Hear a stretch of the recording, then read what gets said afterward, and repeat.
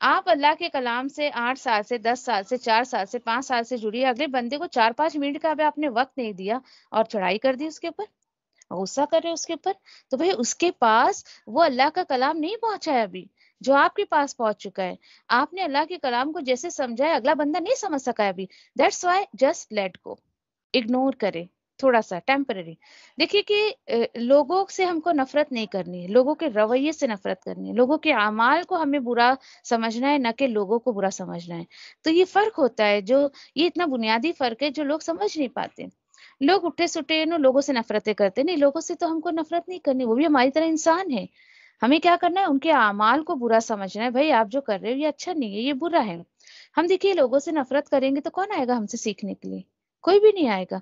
پھر کیا کریں گے ہم نے جو سیکھا اس کو کس کو پہنچائیں گے اگر ہم لوگوں سے نفرت کریں گے؟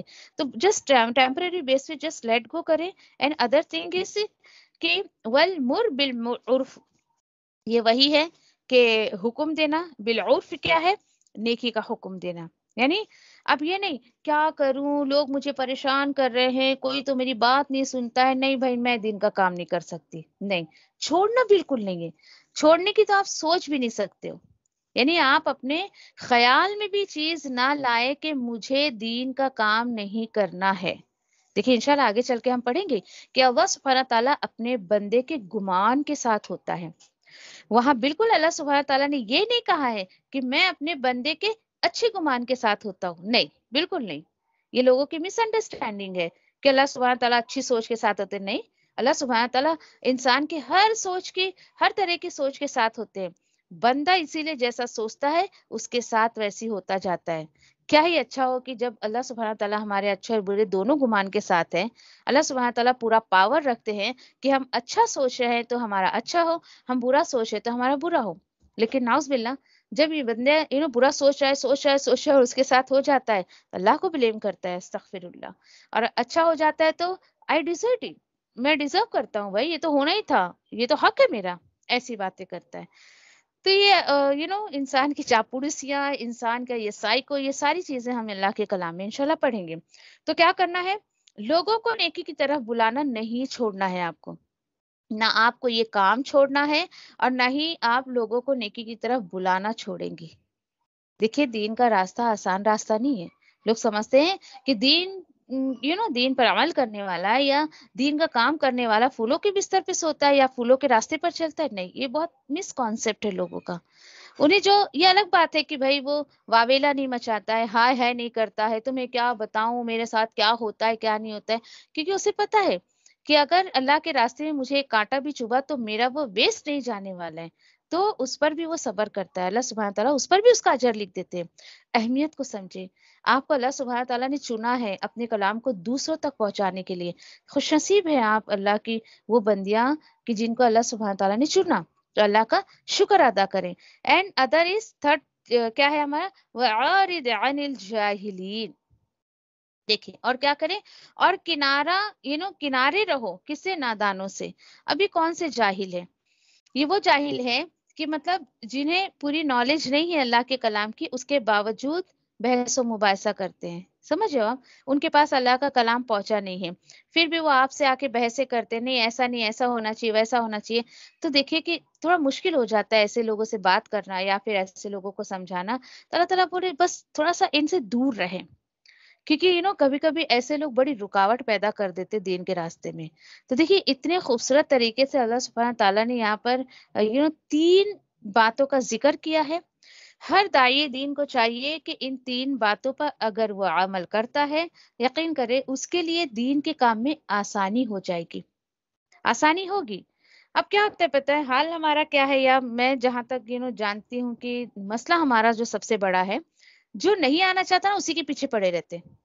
جبکہ اسٹرکٹلی نبی کریم صلی اللہ علیہ وسلم کو اللہ نے حکم دیا ہے جو دلچسپی نہیں رکھتے میرے راستے میں ان کو چھوڑ دیں آپ.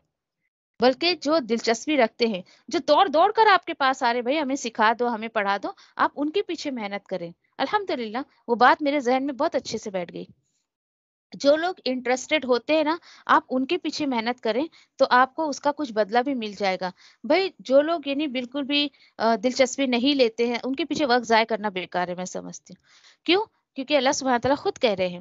یہ مکہ کے بڑے بڑے سردار آپ صلی اللہ علیہ وسلم، دیکھیے آپ صلی اللہ علیہ وسلم اپنے طور پہ بہت صحیح تھے. صحیح کیسے کہ وہ سوچتے تھے کہ یہ بڑے بڑے سردار مکہ ہے یا پھر طائف کے جو سردار ہیں، یہ لوگ اگر اسلام قبول کر لیں گے، یہ دین کے دائرے میں آ جائیں گے تو ان کے فالوورز بہت ہیں، ان کی بات ماننے والے بہت ہیں، وہ آٹومیٹکلی عوام خود آ جائے گی. دیکھیں سردار بادشاہ اگر آ گیا، لیڈر آ گیا، تو دوسرے لوگ خود بخود آ جائیں گے. لیکن مسئلہ ان کا بڑا یہ ایسا تھا کہ نہیں، آپ جو ہے غریب غربا کو ہٹائیں، ہمارے لیے الگ سے کوئی محفل سجائیں، ہمیں آپ کی محفل میں نہیں آنا ہے. ٹرمز اینڈ کنڈیشنز بہت رکھی تھی انہوں نے. اللہ سبحانہ تعالیٰ نے کہہ دیا چھوڑے ہی نہیں، آپ ان کے پیچھے محنت نہ کریں، بلکہ جو دوڑ دوڑ کے اللہ کی رضا حاصل کرنے آتے ہیں آپ ان کے پیچھے محنت کریں. الحمدللہ دیکھیے کہ ایک داعیہ دین وداؤٹ اینی، یعنی کوئی ایسا مقصد نہیں ہے اس کا کہ دنیا حاصل کرنا، اور ایسے داعیہ دین کا الحمدللہ کہ اگلے کے دل پہ بات اتر جاتی ہے. کیوں؟ کیونکہ اس کا مقصد ہوتا ہے صرف اور صرف میں اللہ سے لوگوں کو جوڑ دوں. تو جو بندہ یہ سوچتا ہے کہ میرا مقصد لوگوں کو اللہ سبحانہ تعالیٰ سے جوڑنا ہے، تو اسے چاہیے کہ یہ 3 چیزوں پہ بہت زیادہ احتیاط سے عمل کرے. اس کے لیے انشاءاللہ کام بھی بہت آسان ہو جائے گا. اور جو لوگ دیکھیے کہ بس ایسا ہاں میرا نام ہو جائے، لوگوں میں بہت مقبول ہو جاؤں، مشہور ہو جاؤں، لوگ میری واہ واہی کریں، لوگ میری تعریف کریں، تو یقین کریں ایسے لوگوں کی بات کمی ہے جو لوگوں کے دل میں اترتی ہے. اور وہ لوگ اس بندے کے قریب تو ہو جاتے لیکن اللہ کے قریب نہیں ہوتے. تو دین کے راستے میں دیکھیے اپنی نیت کو بہت اخلاص رکھیں، نیت میں اخلاص رکھیں. آپ کا کام کا مقصد کیا ہو کہ لوگ جو ہے اللہ سے جڑ جائیں. اس مقصد کے ساتھ یقین کریں آپ جب دین کا کام کریں گی تو اللہ سبحانہ تعالیٰ ڈیفینیٹلی آپ کے عمل کو، آپ کے مقصد کو جو ہے وہ قبول کریں گے انشاءاللہ. الحمدللہ 199 تک جو ہے ہم رکھتے ہیں انشاءاللہ. اور جزاکم اللہ خیر، وآخر دعوانین الحمدللہ رب العالمین. ربنا آتنا فی الدنیا حسنۃ وفی الآخرۃ حسنۃ وقنا عذاب النار. ربنا لا تزغ قلوبنا بعد إذ هديتنا وهب لنا من لدنك رحمة إنك أنت الوهاب. ربنا هب لنا من أزواجنا وذرياتنا قرة أعين واجعلنا للمتقين إماما. ربنا هب لنا من لدنك رحمة إنك أنت الوهاب. آمین یا رب العالمین. ربنا تقبل منا انک انت السمیع العلیم وتب علینا انک انت التواب الرحیم. اللہ تعالیٰ سے دعا ہے کہ اس بارے میں ہم نے جو بھی سنا سمجھا اور جو کچھ بھی عمل کی بات ہے، اللہ سبحانہ تعالیٰ مجھے اور آپ کو کہنے سننے سے زیادہ عمل کی توفیق عطا فرمائے. اور اگر کوئی اچھی بات ہوئی اور جو ہے وہ اللہ کی طرف سے تھی، اور کوئی اگر اس میں کمی کوتاہی یا کوئی ناگوار بات نکلی تو وہ میری اور شیطان کی طرف سے تھی. اللہ سبحانہ تعالیٰ میرے اور آپ کے ساتھ جو ہے وہ عفو درگزر کا معاملہ کرے انشاءاللہ. آمین. سبحان اللہ و بحمدہ، سبحانک اللہم و بحمدک، نشہد ان لا الہ الا انت، نستغفرک و نتوب الیک. سبحان ربک رب العزۃ عما یصفون وسلام علی المرسلین والحمد للہ رب العالمین. آمین یا رب العالمین. جزاکم اللہ خیر. السلام علیکم ورحمۃ اللہ وبرکاتہ. وعلیکم السلام ورحمۃ اللہ وبرکاتہ. جزاک اللہ خیرا.